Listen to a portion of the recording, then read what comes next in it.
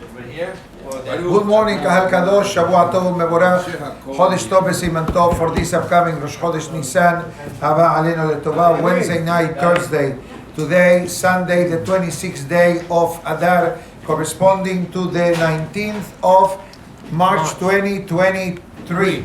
Today's class for the entire week, graciously sponsored by Mr. Clemente Rahamim Beda Hamuya Kohen, Le'ilui Nishmat, his brother Moshe ben Sara, as well as Le'ilui Nishmat, his sister Latife bat Sara, Alehem Shalom. Additionally, today's class graciously sponsored by Mr. Charles Jamal and family in honor of my birthday. Thank you, Mr. Jamal, for your kindness and generosity. I'm very, very happy to be back. Despite my plans to be back Tuesday night, God had different plans for me, and I only arrived Friday midday. But Baruch Hashem, I'm okay, and we are happy, Be'ezrat Hashem, to be back by us with the Kahal Kadosh. So yesterday we spoke at least twice about the great gift of Perashat HaChodesh, but specifically about the gift of Rosh Chodesh Nissan, Haba Aleinu L'Tova. So since the month of Nissan is forthcoming in a few days, I'm only going to speak very briefly about the message of Perashat HaChodesh, and as we get closer to Rosh Chodesh Nissan, we discuss more in depth the halachot of the month of Nissan, which are many. Obviously, this is besides Pesach. There are many halachot relevant specifically for the month of Nissan, but also we'll discuss what is the gift of Perashat HaChodesh. So as we know well, Perashat HaChodesh was yesterday the fourth and final reading of these four Perashiot that we read throughout the month of Adar, welcoming the month of Nisan. The mitzvah of Perashat HaChodesh is the mitzvah of celebrating Rosh Chodesh. HaChodesh hazeh lachem Rosh Chodashim. If you look at Rashi in the beginning of Perashat Bereshit, verse 1, chapter 1, Rashi begins with the following statement that says, Amar Rabbi Ishaq.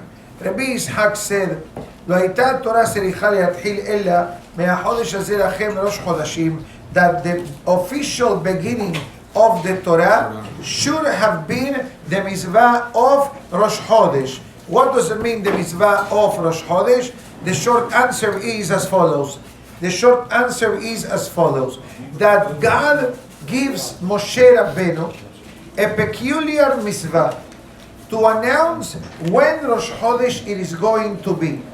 And there is a fascinating concept according to the Torah that Rosh Chodesh is actually a biblical commandment from the Torah to celebrate Rosh Chodesh, but the Torah doesn't tell me what tools I utilize to determine the day of Rosh Chodesh. The Torah tells me once a month, celebrate Rosh Chodesh. So the Devora Mordechai brings this question and tells us that the mitzvah of Rosh Chodesh carries two, thank you very much, gracias. I'll take one also. Takes two concepts. Concept number one, that is a biblical commandment. I already have, thank you so much. That is the biblical commandment, but also Rosh Chodesh is a commandment that can only be determined by the Hachamim.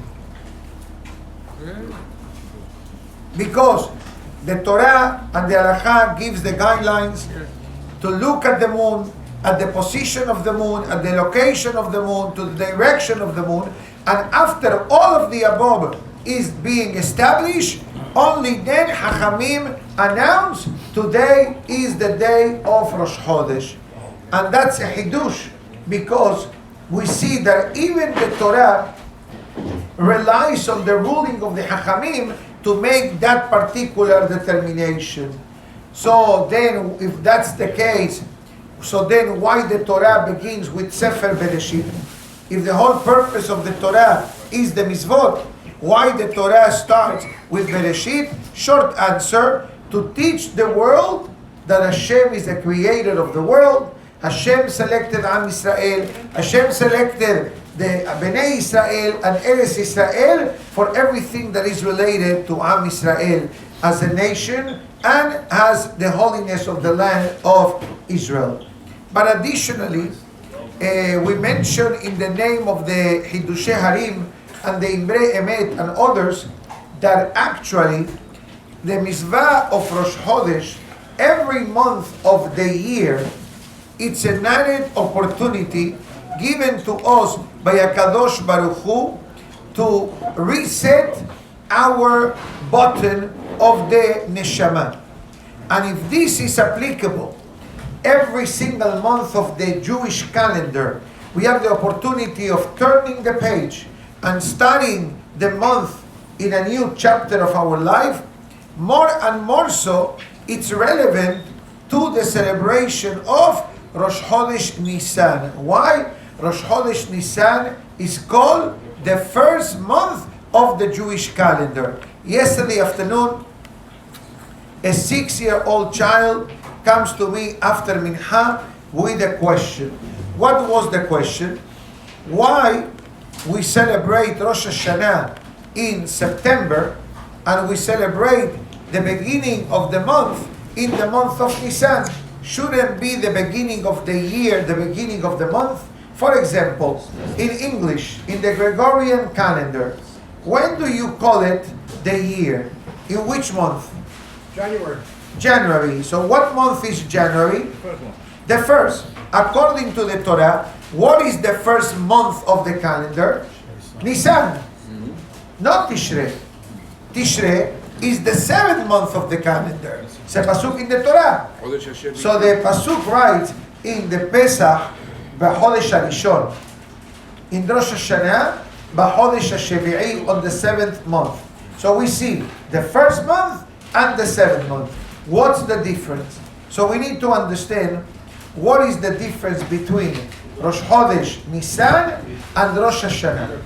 Rosh Hashanah, we celebrate the creation of mankind. Adam HaRishon and Hava were created on Rosh Chodesh Tishrei. That is Rosh Hashanah. As the pasuk writes, Zeh hayom tehilat ma'asecha. This is the beginning of your creation, the creation of mankind. Why? Because without humans, the world has no purpose. Without humans, the Torah has no purpose. And without the Jewish people, there will not be a purpose to the creation of the world or to the existence of the Torah. Now, so then what are we celebrating in Rosh Chodesh Nisan? Short answer. The birthday of the Jewish nation. The birthday of Am Israel is celebrated during the month of Nisan through specifically the miracle of the Exodus, Yetziat Mitzrayim. So the celebration of Rosh Hashanah, it affects all humanity. Because you need to know, like the Jewish people are judged in Rosh Hashanah, the Goyim are also judged in Rosh Hashanah. The whole world is judged in Rosh Hashanah, including the banks, including the cities, including the countries, including the economy. But the Zohar Kadosh writes, the first line of judgment is the Jewish people. And after the Jewish people are judged, then comes the rest of humanity. And the Zohar Kadosh explains why. Because when Am Israel is being judged, we are calling the Torah Beni Bechori Israel, my firstborn son, the Jewish people. God has a lot of sons, and every son has a different name. And each son carries the name of a religion or a nation. But the first one is called Bnei Israel. Beni Bechori Israel. My firstborn son called Israel. The Zohar Kadosh says that by the Jewish people being judged first, that paves the way that the rest of humanity is being judged in a positive way and not in a way of judgment. That's what the Zohar Kadosh explains, which is something that maybe is important for the world to know, who seeks our destruction through terrorism and anti-Semitism, that because of the Jewish people existence in the world has the power to exist. Another one, God forbid, that Gentiles should use what I just said, to foment anti-Semitism, because you're already doing it without me talking. But guess what? Anti-Semitism is going to remain alive till the day that Mashiach comes. I hope that anti-Semitism dies immediately. And I hope that Mashiach comes now, before I finish my class. But just in case, if he doesn't, he has different plans. Let's hope that anti-Semitism goes into a retirement mode for the benefit of mankind and obviously the benefit of Am Israel. But says the Hidushei Harim, this will switch the topic, discusses why specifically the mitzvah of Rosh Chodesh was given in Egypt, and specifically was given before the plague of darkness. If you look by the sequence of the Torah, the concept of Rosh Chodesh was given, to my limited knowledge, between plague number 8 and plague number 9, the locust and darkness. And the question is, why? Why did God give us a commandment in Egypt? Why don't you wait better till the Jewish people come out of Egypt, are happy, are experiencing a complete sense and level of freedom, and then you give me the Torah? It's like you want to put a new suit without taking a shower. Does it make sense? No. Okay? It doesn't make sense. You gotta bathe, you clean yourself, you look yourself, you smell properly, and then you put a new suit. You don't do it when you are smelling and sweaty the way we were in Egypt. So then, the Beit HaChaim brings this question: if that's the case, why the Torah gives us the mitzvah for Rosh Chodesh when we are still in slavery mode? Although, it's important for me to clarify that even when the Makot were going on, there was slavery affecting the Jewish people until Rosh Hashanah, before we left Egypt. By the 5th plague, the slavery officially stopped. It's like they removed the Homeland Security from the borders. Okay? Hamavdil. That's basically what happened in Egypt. Plague 1, 2, 3, 4, 5, the Egyptians still were going a couple of rounds. Once it came to the 5th plague and afterwards, the slavery unofficially concluded, and the Jewish people were already smelling certain sense of freedom, although that was not complete till plague number 10, when Pharaoh came to evict the Jewish people from Egypt in the night of Nissan 15, the night of the firstborn, Makat Bechorot. But Moshe Rabbeinu says to Pharaoh, what are we, criminals, that we are escaping in the middle of the night? We're living in the middle of the day. By the main door, not by the kitchen door to escape. By the main door, we're living in a glorious and royal, majestic way. So the Beit HaChaim explains the following. Many times, a person wants to improve and wants to change and wants to enhance his spiritual connection with God. But occasionally, when a person wants to do that, there is an inner voice that says, you're not ready yet. You did so many sins. You acted in so many inappropriate ways. Do you think that God is waiting for you? That's how the Yetzer Hara talks. And the Torah is teaching us, don't listen to that comment. That's why God gave the mitzvah for Rosh Chodesh in the middle of the midst of immorality and promiscuity, and the worst place for a Jew to be, to teach me that even when a person is spiritually down, HaKadosh Baruch Hu says, give me your hand, I lift you up. That's why, for those that were here yesterday afternoon, or yesterday morning, I mentioned this Gemara very superficially, which I'm going to do now as well. But I'm going to say it now so it gets recorded. The Gemara in Baba Mesiah discusses an argument between Abaye and Rabbah.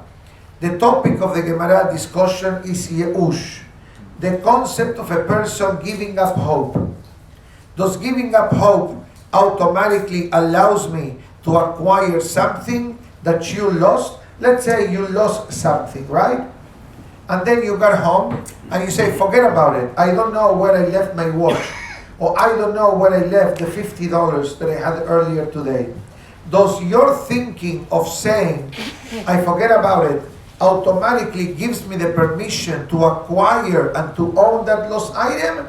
Or I have the mitzvah or the obligation to make the effort to return the item to you?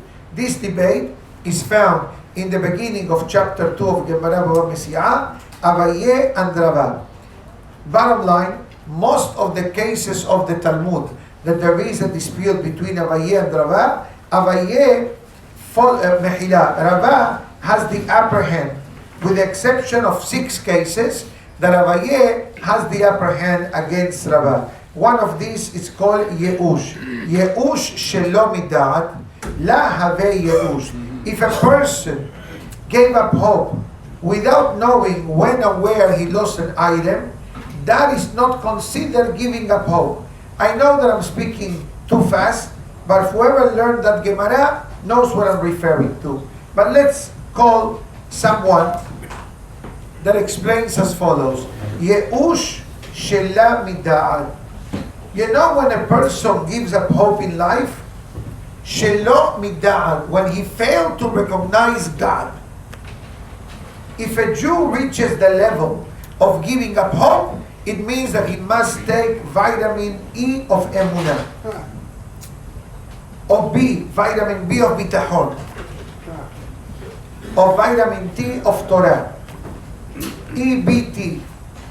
Actually, EBT is like the food stamps. Right? The EBT card, right?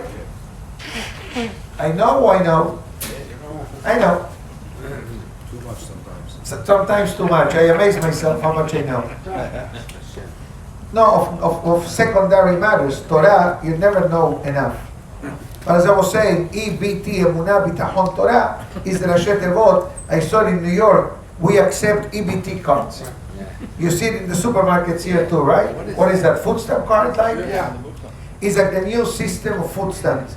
It used to be the papers, now they give you a card. And they give you an allowance every month.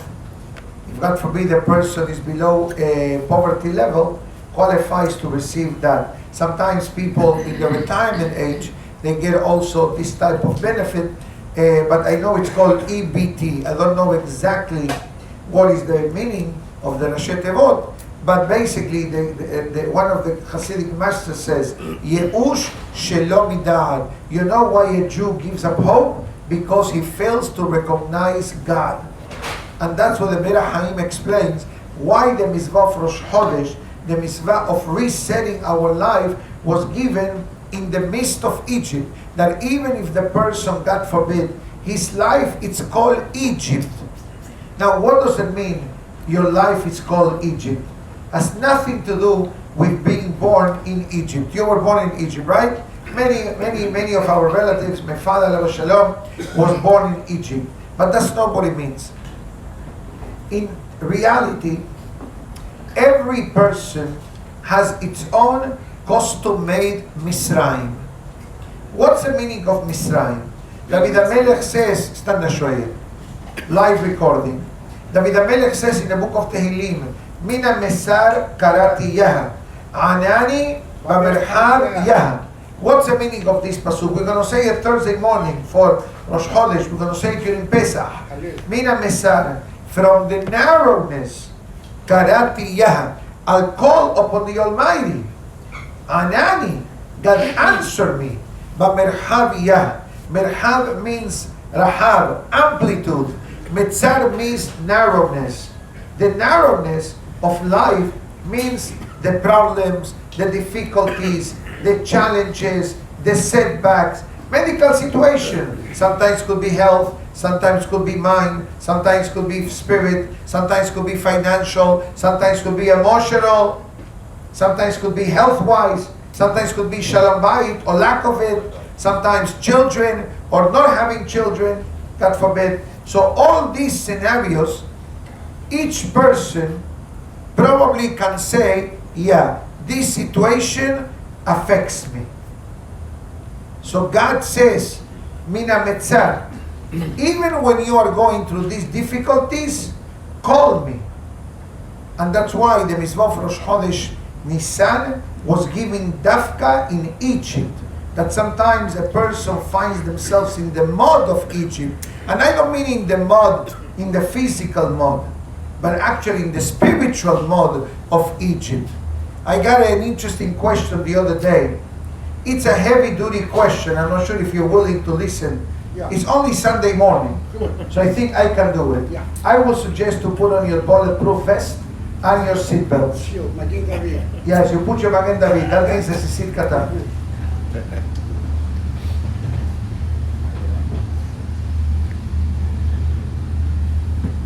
The question came from a lady. Serious question. Warm. Thank you.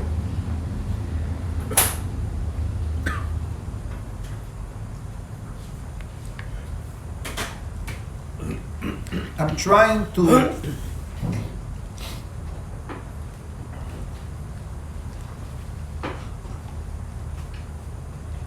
think how to paraphrase this question.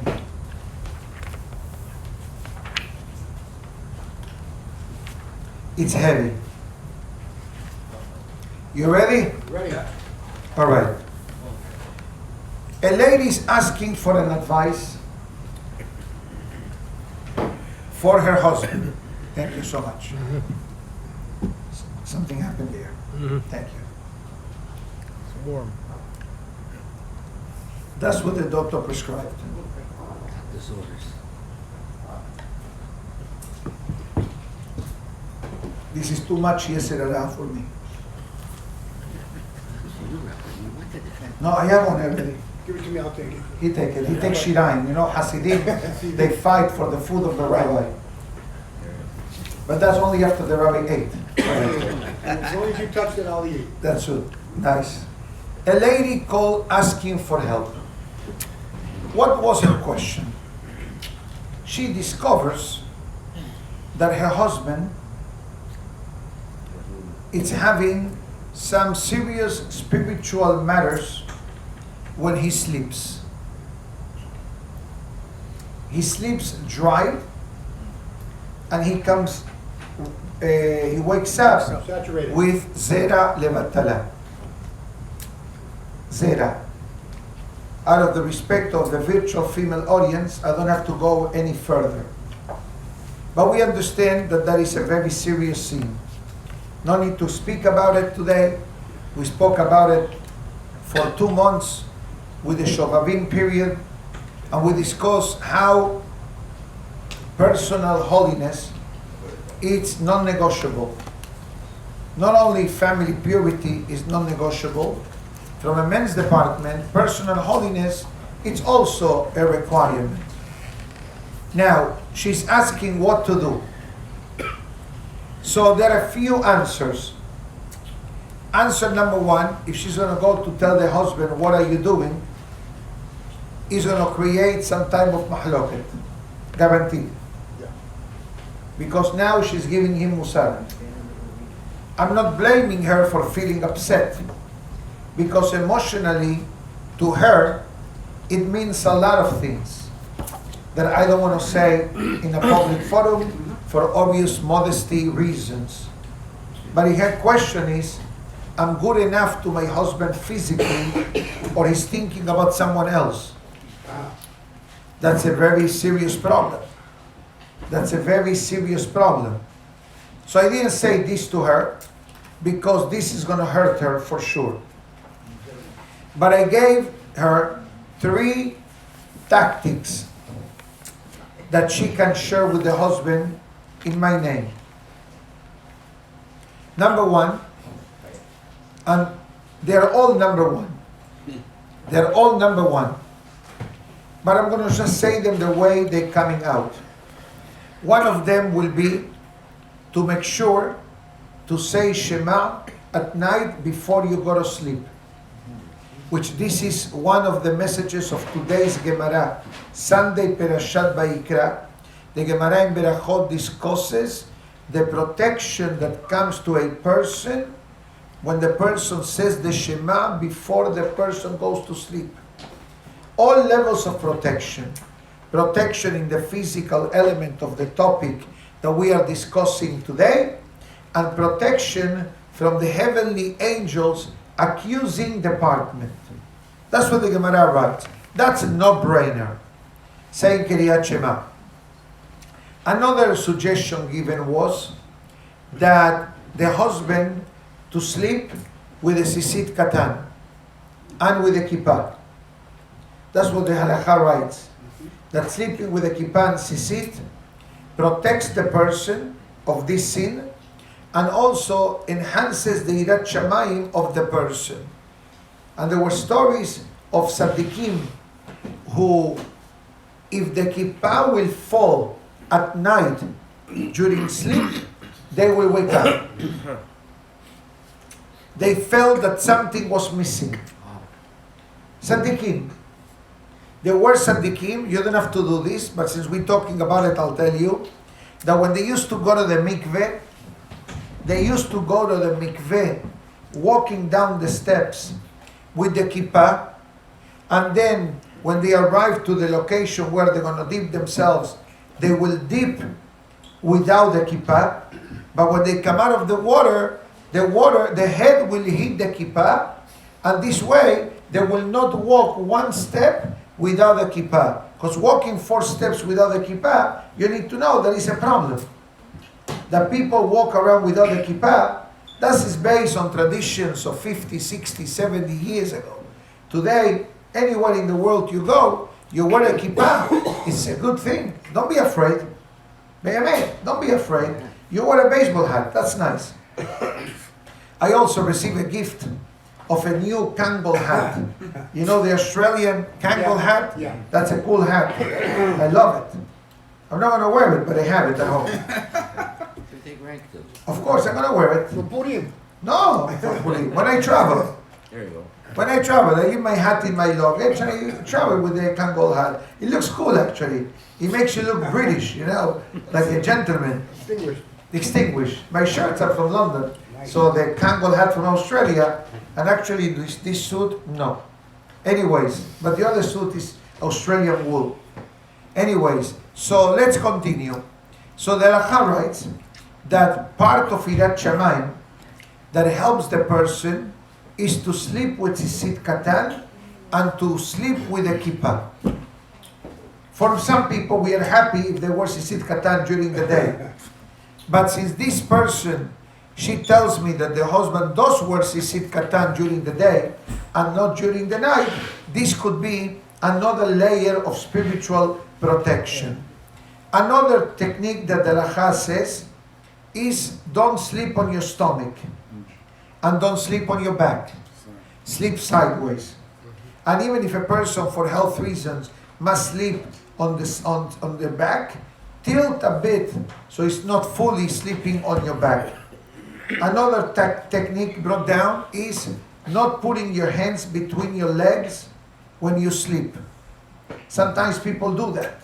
That creates that area becomes warm, and that warmth creates a hormonal reaction on the organ, and the hormonal reaction causes another reaction that I don't have to go further.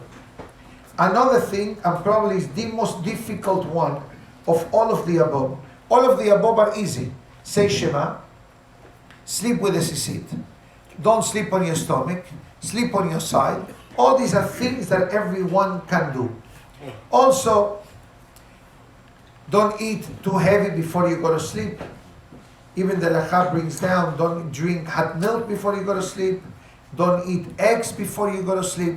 And if you drink or eat, don't go to sleep immediately. Give a few minutes to the body to digest, because these foods do raise the temperature of the body. Additionally, it also now is going to become a bit more challenging. 2 more steps or 2 more suggestions. Both of them are very, very challenging. One is also connected to the mind of the person. What are you thinking throughout the day? What are you thinking throughout the day? Are you being, how do I say this, careful with your eyes?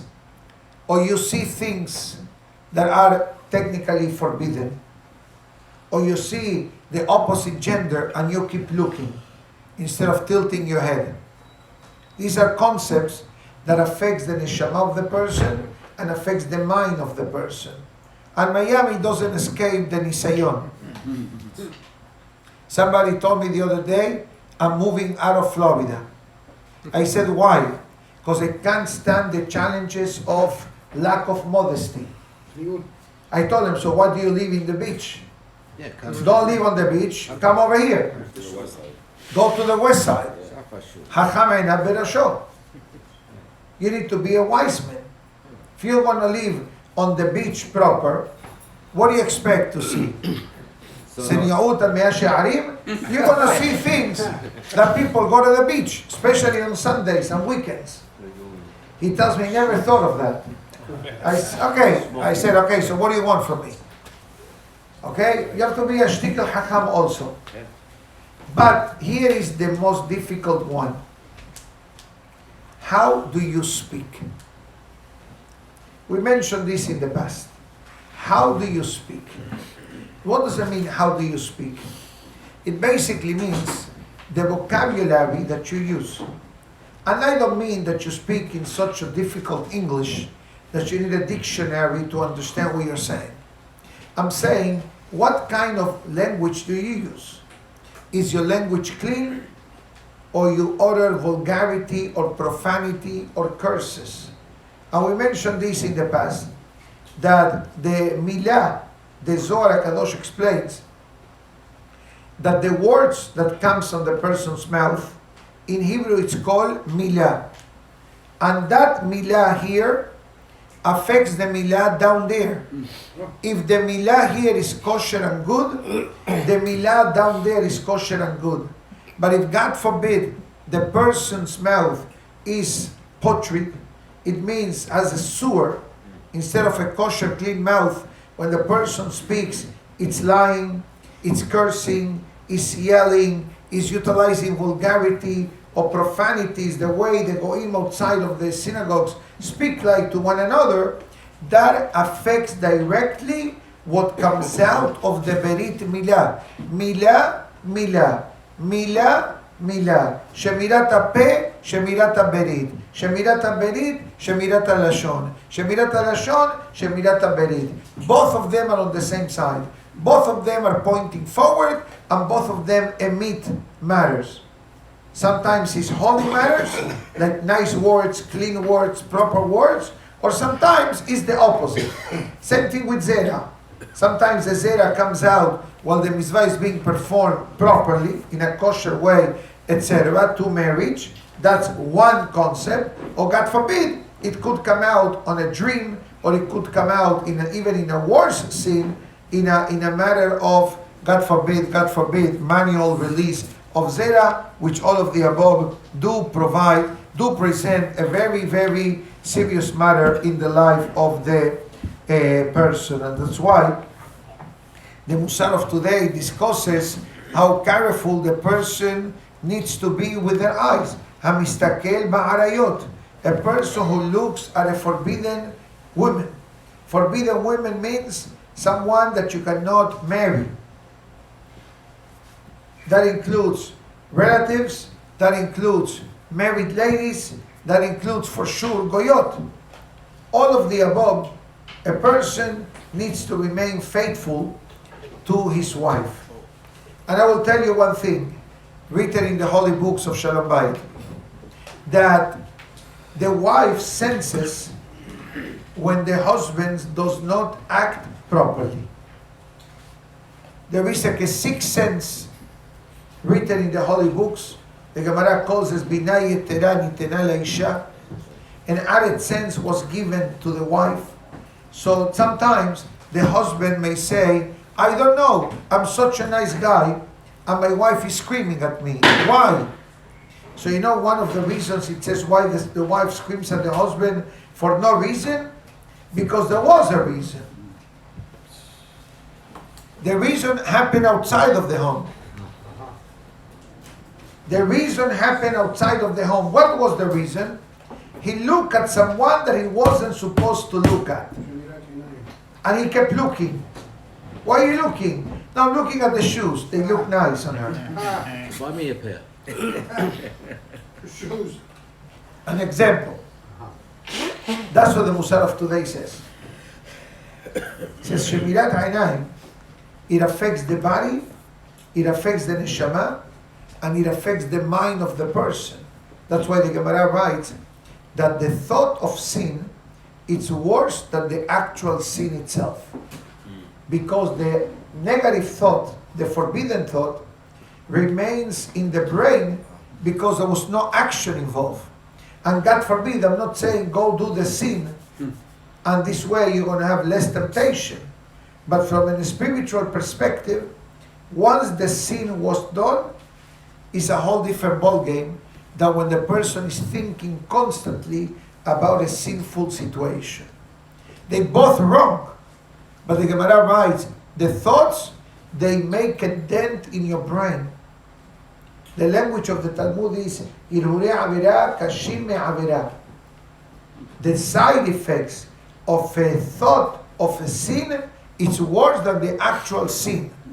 And I repeat, doesn't mean that you should do the sin, because both of them carry side effects. The question is, which side effects lingers more? The action or the thinking? The answer is the thinking. Because you can't make teshuvah for that. You can do teshuvah, but you need to evict the negative thought. Which eviction of negative thoughts doesn't happen automatically. It doesn't mean from now on I'm going to think only good. That's easier said than done. The brain, that's what Rabbi Moshe Cordovero says, don't minimize the power of the brain. The way of thinking has a tremendous amount of weight in the life of the person. If you think good, if you think positive, things turn that particular direction. But if, God forbid, we allow the negative thoughts to become a temporary resident, you give him a finger, he wants to take the whole body.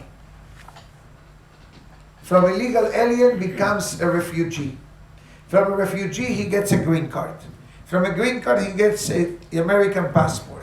Permanent residency. And now he's going to tell you what to do. That's how our Torah labels the thoughts of forbidden actions or negative thoughts. And that's what we repeat what I said before.